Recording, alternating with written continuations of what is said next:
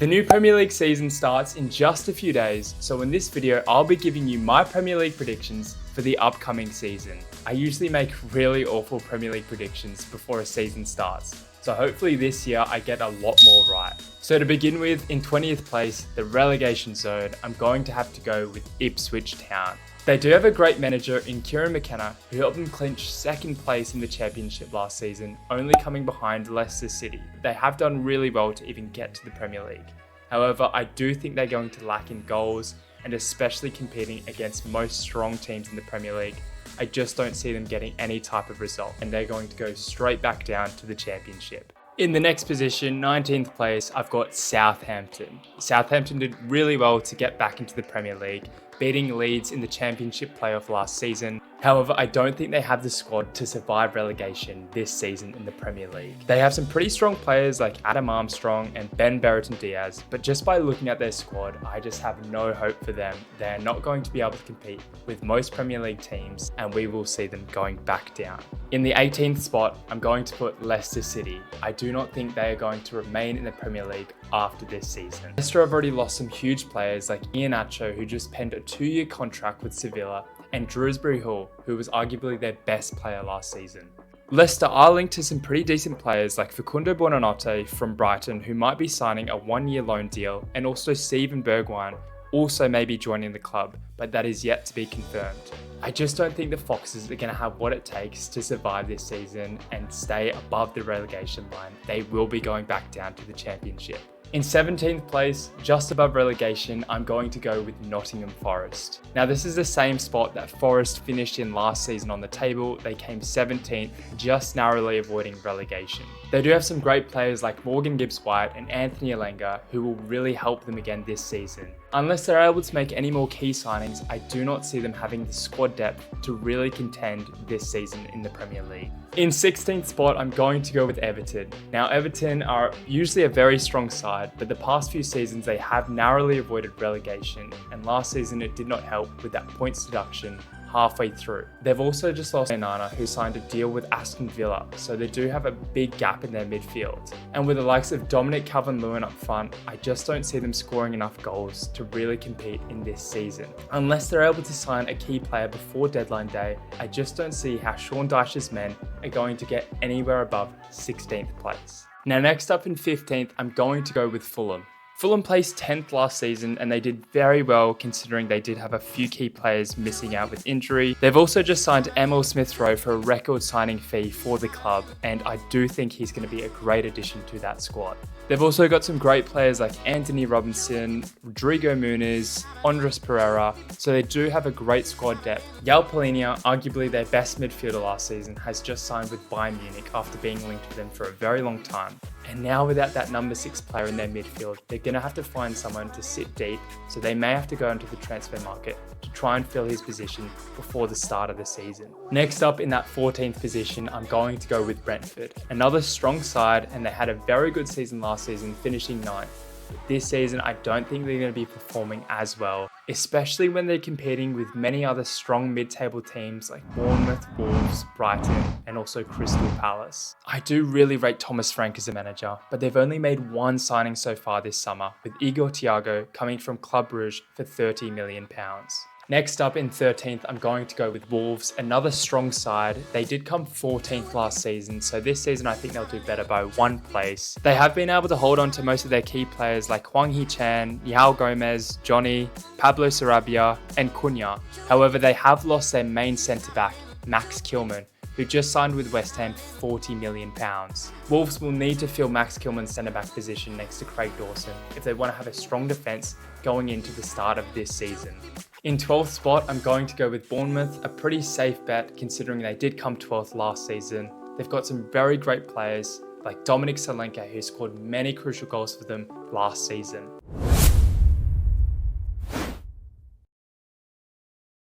And have also signed some pretty big signings like Luis Sinistera from Leeds for £20 million and also Enes Unal from Getafe for £13 million.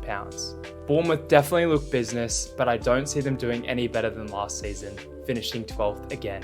In 11th place, I'm going to go with Crystal Palace, who had an amazing season last season, finishing 10th. However, this season, with the likes of Elise going to Bayern Munich for £45 million, I don't think they're going to have the squad depth to stay in that top 10 position. They've also got some great players like Edouard and Mateta up front, Eze behind them, who's a great player, Anderson and Guehi is a great centre-back partnership. I just don't think they have enough players to keep that squad depth.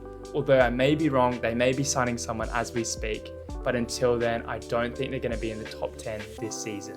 In 10th, I'm going to go Brighton. Now, Brighton did have a very strong start to last season, but they were a bit lackluster towards the end and finished 11th. I do really rate De Zerbi as a manager. I think he's done some great things so far at the club, and they do have many great players like João Pedro, Vitoma, Lewis Dunk. The list goes on. I do think that they definitely have the squad to get into the top 10 of the Premier League. They've also made some pretty great signings like Osman for £16 million, Minter from Newcastle for £30 million, and Weaver from Feyenoord for £25.4 million.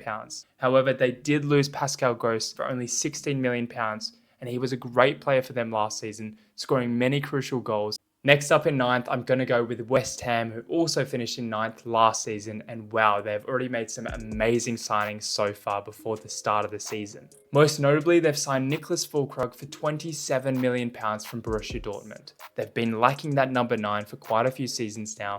Antonio isn't quite the traditional number 9, so with Nicholas Füllkrug coming straight into that squad, they'll definitely be scoring a lot more goals. And like mentioned before, from Wolves, they've signed Max Kilman, a great young centre-back. And they've also announced former Wolves manager Julian Lopetegui will be replacing David Moyes as manager this season. Next up in 8th position, now this is not biased, I genuinely think they're not going to have a great season. It's Tottenham Hotspur. Now, I love Big Ange as much as the next football fan, but I completely despise Tottenham as a club, coming from an Arsenal fan obviously, and I just don't see them doing very well this season. They've made 2 average signings, with Lucas Bugville coming in at £8.5 million and Archie Gray from Leeds United for £35 million. Look, they've got some great players like Son, Maddison, Brennan Johnson, Kulusevski, Romero, Pedro Porro. They do have a very strong lineup. Maybe it's the biased Arsenal fan coming out of me, but I don't think they're going to be able to compete for Europe. I could be very wrong, but that's just my prediction. Next up in 7th, I'm going to go with Aston Villa. Now, they had an amazing season last season, finishing 4th, getting that Champions League spot, but I do think this season that will be their greatest downfall. Competing in the Champions League, competing in the Premier League, I don't think they're going to have the squad depth for it. Unai Emery has done amazing things for that club. He's brought in some many great players that have definitely helped the squad improve over the last few seasons. Ollie Watkins, what a player. They've also got some really great young talent as well. They have brought in some very big players like Ian Maatsen from Chelsea for £37.5 million, Cameron Archer from Sheffield United, Samuel Illing Jr. from Juventus for £12 million. They've also sold quite a few big players as well. Most notably, Douglas Luiz to Juventus for £42 million. That's a huge loss for the club. He was a great player for them last season, but they definitely have the quality to fill his position. So Aston Villa 7th, is that a fair assumption? Is that a good prediction? They're in the Champions League as well as the Premier League. Next up in the 6th spot, I'm going to go for Chelsea, who also came 6th last season. They had a very poor start to their season, but slowly got better throughout. And if it wasn't for this man, Cole Palmer, scoring all those penalties and goals, coming up with hat-tricks in crucial games, I don't think they would have finished as high as 6th. They've also got Christopher Nkunku fit, who can now contend for that number 9 position with Nicholas Jackson. I definitely think he'll be a strong addition to that team, scoring many more crucial goals for them. They've also made so many signings this transfer window. Todd Bowley doesn't know when to stop. He's signing so many youngsters, spending a lot of money. We've seen this before with Chelsea, where they sign all the best young talent, but it doesn't really materialize into a perfect squad. It also looks like captain Conor Gallagher will be going to Atletico Madrid. He was a great player for them last season, a real box-to-box merchant, so it will be a bit of a blow to see him go. But they do have Caicedo, Enzo Fernandez in midfield, so hopefully they'll be able to step up in his absence. So will new Chelsea manager Enzo Maresca be able to help Chelsea secure any spot better than 6th, now that they've also got European competition? I don't see it happening, but I could be wrong. Next up in 5th, I've got Newcastle United. Now, this was a pretty tough decision. They were very strong at the beginning of last season. They did fall off quite a bit towards the end. I do really like watching Newcastle. I love where the direction of the club is going. Eddie Howe is a great manager, don't get me wrong, but I feel like they're ready for that next step. They've got amazing players like Isaac, who's just a superb striker. He scored so many great goals from last season, and I'm sure he will be their guy again this season. Anthony Gordon on the wing, Guimaraes in midfield, Kieran Trippier in defence. They've got a great side. They've also signed some pretty big players. Lewis Hall, who was obviously on loan, he's now been signed from Chelsea for £28 million. Lloyd Kelly from Bournemouth. They've got some pretty big players coming in. So hopefully these new additions to their squad can really bolster their depth, but I just don't see them getting any further than 5th spot. Now in 4th spot, I'm going to go with Manchester United. They came 8th last season. However, they are in Europe this season because they beat Man City 2-1 in the FA Cup final. Erik ten Hag will remain as manager for Manchester United going forward this season. He had a controversial last season. A lot of fans wanted him gone, but I think it's good that he's staying to build that relationship with the players and to keep striving forward. They've only made 2 signings, Joshua Zirkzee from Bologna for £36.5 million and Lenny Yoro for Lille for £52 million. That's a huge price tag for a replacement of Raphael Varane. I really hope the guy has a great season. He's a very promising young French talent. They had some pretty big players step up last season like Diallo, Garnacho, Fernandes had an okay season. Rashford, I don't know what they're going to do about Rashford, but I think it's time for him to move on, to be honest. Rasmus Højlund is a great striker as well. I'd love to see him get some more goals.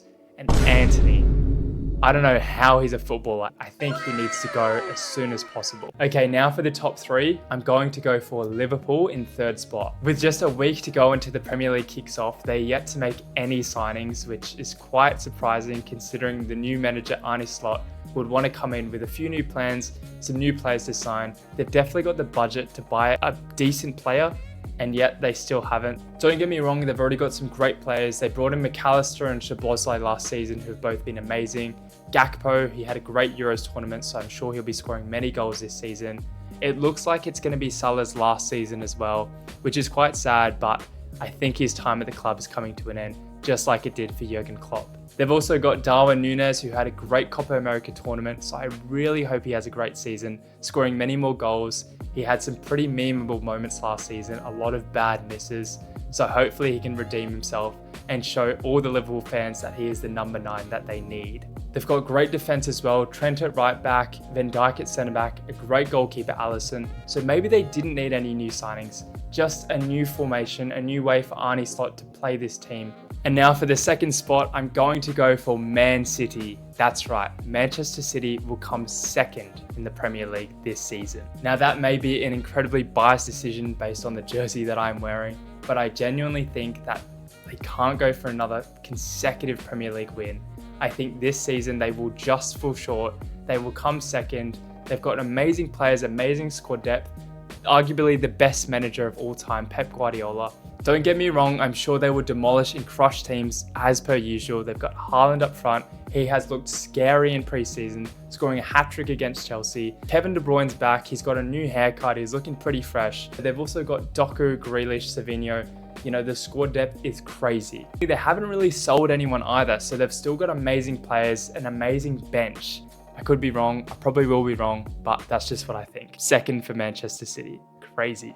And now for the top spot. I genuinely believe that Arsenal will be winning the Premier League this season. I may sound like an incredibly deluded Arsenal fan, but I just feel like this season is Arsenal's season. Calafiori will be a huge signing from Bologna for £33.6 million, slotting right into that left-back position. I don't think Zinchenko has the quality to be starting in left-back anymore. Gabriel and Saliba at centre-back, Ben White at right-back. Arsenal have also secured David Raya from Brentford for £27 million. He had a great loan spell last season, beating Ramsdale to that number 1 goalkeeper position. With Gabriel Jesus and Eddie Nketiah, I don't think they have goals in them anymore. We obviously rely on Saka, Havertz, Ødegaard, Trossard for many of our goals, but if we had a number 9, a main man up top, I think that would be the league sorted. So that could be the only potential downfall of Arsenal's squad depth. I just want to see Mikel Arteta lifting that Premier League at the end of the season. Pep Guardiola and his Man City have been dominant for so long now. It's really time to see someone else step forward and win the Premier League. Guys, they were my Premier League predictions for the upcoming season. I know I've had some pretty wild takes, some pretty bold assumptions and predictions that probably won't happen. I really can't wait for this season to kick off in the next few days. Let me know in the comments if you agree or disagree with anything that I've said in this video. What are your predictions for the upcoming season? Who do you think will win it? Thanks for watching, guys.